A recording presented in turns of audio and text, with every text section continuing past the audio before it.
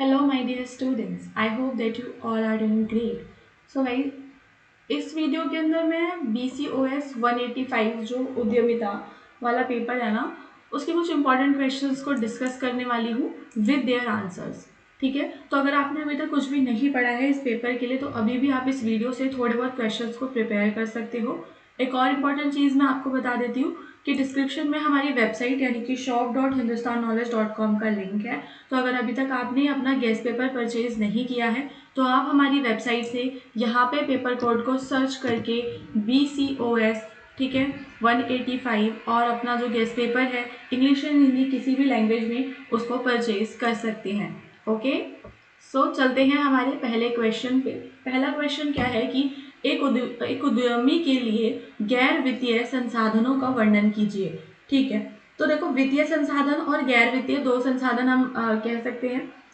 वित्तीय संसाधन वो होते हैं जो कि आपके पैसे से मतलब रिलेटेड हो, जिसे हम पैसे से खरीदते हैं, और गैर वित्तीय हो जाते हैं जो हमारे पैसे से नहीं खरीदे जा सकते। ठीक है, जो मतलब एक स्किल चीज़ें होती है ना, स्किल वाली, वो आप समझ सकते हो। तो देखो कि गैर वित्तीय संसाधन आपको बताने हैं एक उद्यमी के लिए कितना इम्पोर्टेंट है कि अगर मैं एक एंटरप्रेन्योर हूँ तो मेरे पास वित्तीय गैर वित्तीय दोनों संसाधन होने चाहिए। किसी भी व्यवसाय को केवल वित्तीय संसाधनों की आवश्यकता नहीं होती, बल्कि अगर मुझे उस व्यवसाय को एकदम परफेक्टली चलाना है, उसके विकास के लिए सबसे ज़्यादा इम्पोर्टेंट है कि मेरे पास गैर वित्तीय संसाधन भी हों। ठीक है, ये वो तत्व हैं जो उद्यमी को अपने व्यवसाय को स्थापित करने, चलाने और बढ़ाने में मदद करते हैं, लेकिन ये डायरेक्टली मनी नहीं होता, मतलब other than money what we need. Okay, तो सबसे पहले फिर हमें चाहिए होता है मानव संसाधन, यानी कि हमें ऐसे कर्मचारी चाहिए, ऐसे विशेषज्ञ चाहिए जिनके पास ज्ञान हो, अनुभव हो, जिनके पास कौशल हो। ठीक है, उदाहरण के लिए अगर कोई टेक्नोलॉजी स्टार्टअप शुरू कर रहा है तो उसे कुशल प्रोग्रामर, डिजाइनर और विपणन विशेषज्ञों की आवश्यकता होगी। फिर हमें ज्ञान और कौशल की आवश्यकता है। तो उद्यमी के लिए ज्ञान और कौशल गैर वित्तीय संसाधन का एक अहम हिस्सा होता है।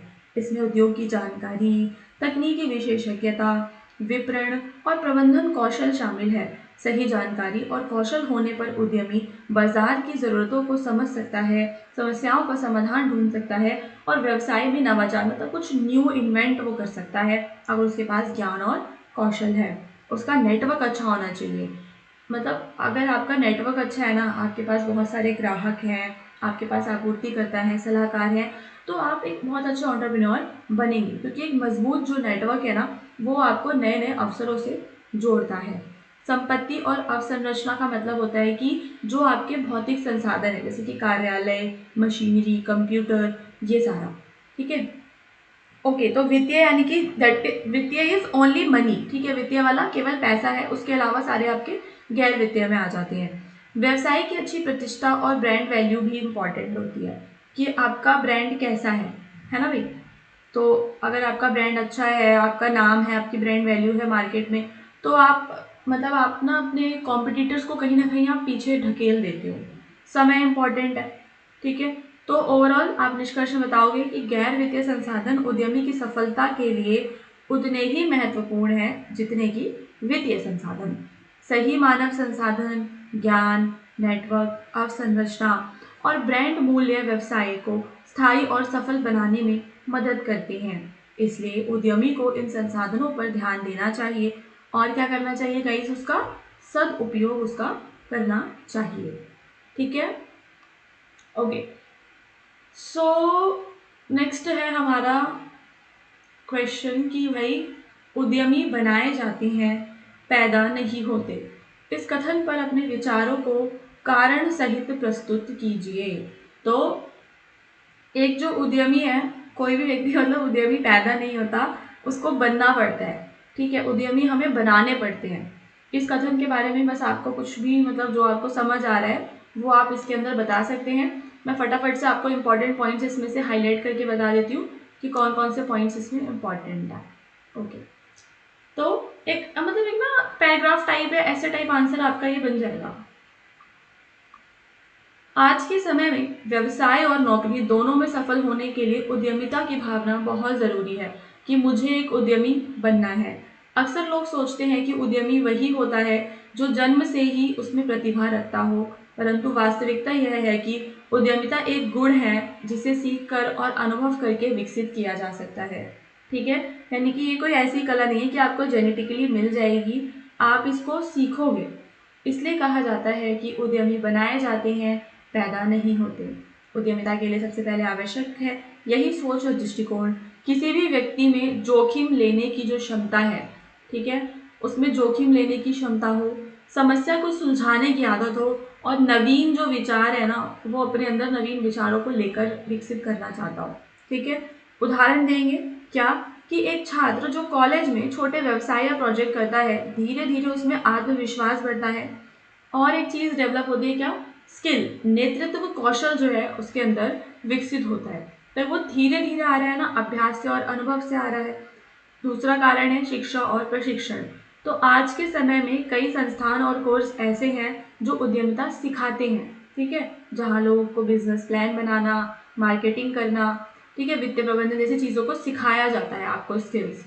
और तीसरा है अनुभव। तो किसी भी व्यवसाय में शुरुआत में मुश्किलें आती हैं।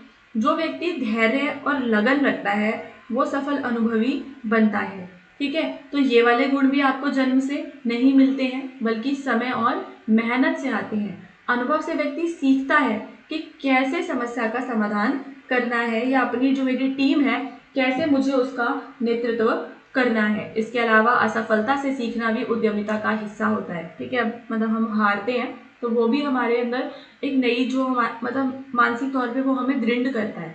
ठीक है, स्ट्रांग बनाता है वो हमें मेंटली। तो इस प्रकार यह स्पष्ट है कि उद्यमिता कोई जन्मजात गुण नहीं है। यही सोच, शिक्षा और अनुभव, लगातार सीखने की इच्छा के माध्यम से कोई भी व्यक्ति उद्यमी बन सकता है। हमें यह समझना चाहिए कि उद्यमिता हर किसी में विकसित की जा सकती है, बशर्ते व्यक्ति में सीखने और प्रयास करने की क्षमता हो। फिर आप निष्कर्ष देंगे क्या? निष्कर्ष में आप बताएंगे कि उद्यमिता केवल जन्म से नहीं मिलती, यह जीवन के अनुभव, सीख और मेहनत से तैयार होती है। जो लोग जोखिम लेने के लिए, नई चीज़ों को सीखने के लिए लगातार प्रयास करते रहते हैं, वो ही सफल उद्यमी बनते हैं। तो उद्यमी बनाए जाते हैं, पैदा नहीं होते। तो इस तरीके से आपका एक परफेक्ट आंसर क्रिएट हो जाएगा। आप इसमें अपने भी विचार ऐड कर सकते हैं। ठीक है, एक यहाँ पे ना आपका पहल है, स्टार्टअप इंडिया पहल। ठीक है, तो ये भारत सरकार के द्वारा ना जनवरी 2016 में शुरू की गई थी ये पहल, स्टार्टअप इंडिया वाली।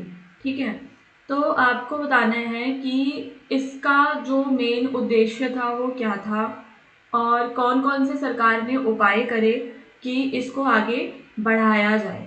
ओके, तो स्टार्टअप इंडिया भारत सरकार द्वारा 16 जनवरी को शुरू की गई थी। इसका मुख्य उद्देश्य देश में नवाचार और उद्यमिता को बढ़ावा देना है। यह पहल नए व्यवसायों और युवाओं को आर्थिक और तकनीकी सहायता प्रदान करने के लिए बनाई गई है। तो इस पहल के अंडर ना मतलब स्टूडेंट्स को फ्री ऑफ कॉस्ट या नॉमिनल पैसे पे ना उनको ट्रेनिंग वगैरह दी जाती है।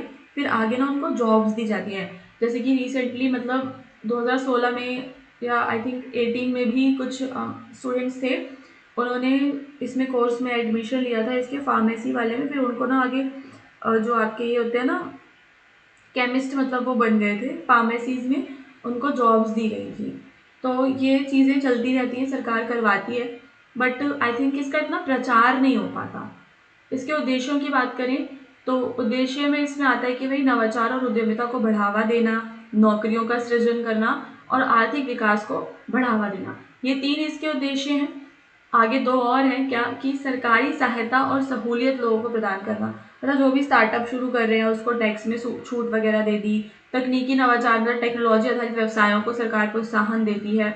आर्थिक विकास मतलब कि भाई नए व्यवसाय जो होते हैं वो देश की अर्थव्यवस्था में योगदान करते हैं, विदेशी निवेश को आकर्षित करते हैं। तो ये 4-5 पॉइंट्स हैं जो आपके स्टार्टअप इंडिया के उद्देश्य बन जाते हैं। फिर स्टार्टअप इंडिया को समर्थन देने वाले सरकार ने कौन कौन से उपाय करे? तो गाइस सरकार ने सबसे पहले तो वित्तीय समर्थन देना शुरू किया। तो fund of funds for startup के माध्यम से सरकार ने सहायता दी लोगों को। विभिन्न बैंक और वित्तीय संस्थानों ने लोगों को ऋण दिया, क्रेडिट सुविधाएं दी, कर में छूट मिली, 3 साल तक मतलब आयकर से राहत मिली। स्टार्टअप को आसान ऑनलाइन पंजीकरण और लाइसेंस प्राप्त करने की सुविधा दी सरकार ने। ठीक है। कॉपीराइट, पेटेंट और ट्रेडमार्क जैसी सुरक्षा भी आज आसान और तेजी से आपको मिलती है। और देश भर में कई स्टार्टअप हैं, ठीक है। और सरकार ने मेंटरशिप जो होती है ना, मार्गदर्शन लोगों को उपलब्ध करवाया कि उन्हें आगे का रास्ता मिले कि हमें आगे कैसे काम करना है, ठीक है। देखो, लिखने के लिए तो बहुत आसान हो जाता है कि सरकार ने पेटेंट, ट्रेडमार्क, ये सारी चीज़ें आसान कर दी हैं, बट आई थिंक कि ज़्यादा डिफरेंस नहीं आया है पहले में और अब में, है ना। फिर स्टार्टअप्स को अपने उत्पादों और सेवाओं के लिए मार्केट तक पहुंचने में भी सहायता दी जाती है। सहायता तो कदम कदम पे दी जा रही है, लेकिन आई थिंक हमें कहीं दिखाई नहीं दे रही, शायद हमें नहीं दिख रही बट लोगों को मिल रही होगी, है ना। अब हम चलेंगे निष्कर्ष पे। तो स्टार्टअप इंडिया पहल का उद्देश्य भारत में नवाचार और उद्यमिता को बढ़ावा देना है। ये सारे तो बस आपके ना रिपीट हो रहे हैं निष्कर्ष में कि क्या क्या, इन शॉर्ट आप बता देंगे सरकार क्या क्या कर रही है, जैसे कि कानूनी तकनीकी समर्थन दे रही है लोगों को। ओके गाइज, सो एक चीज़ मैं आपको बता देती हूँ कि डिस्क्रिप्शन में आपको हमारे टेलीग्राम और हमारे व्हाट्सएप के जो चैनल्स हैं उनके लिंक मिल जाएंगे। आप वहाँ पे हमारे साथ जुड़ सकते हो। आपको हमारी वेबसाइट से अगर गैस पेपर खरीदना है तो उसका लिंक भी आपको डिस्क्रिप्शन में मिल जाएगा। डिस्क्रिप्शन में हमारा कॉन्टैक्ट नंबर भी है, तो आपकी जो क्वायरीज हैं वो आप हमें वहाँ पे मैसेज कर सकते हो। ओके।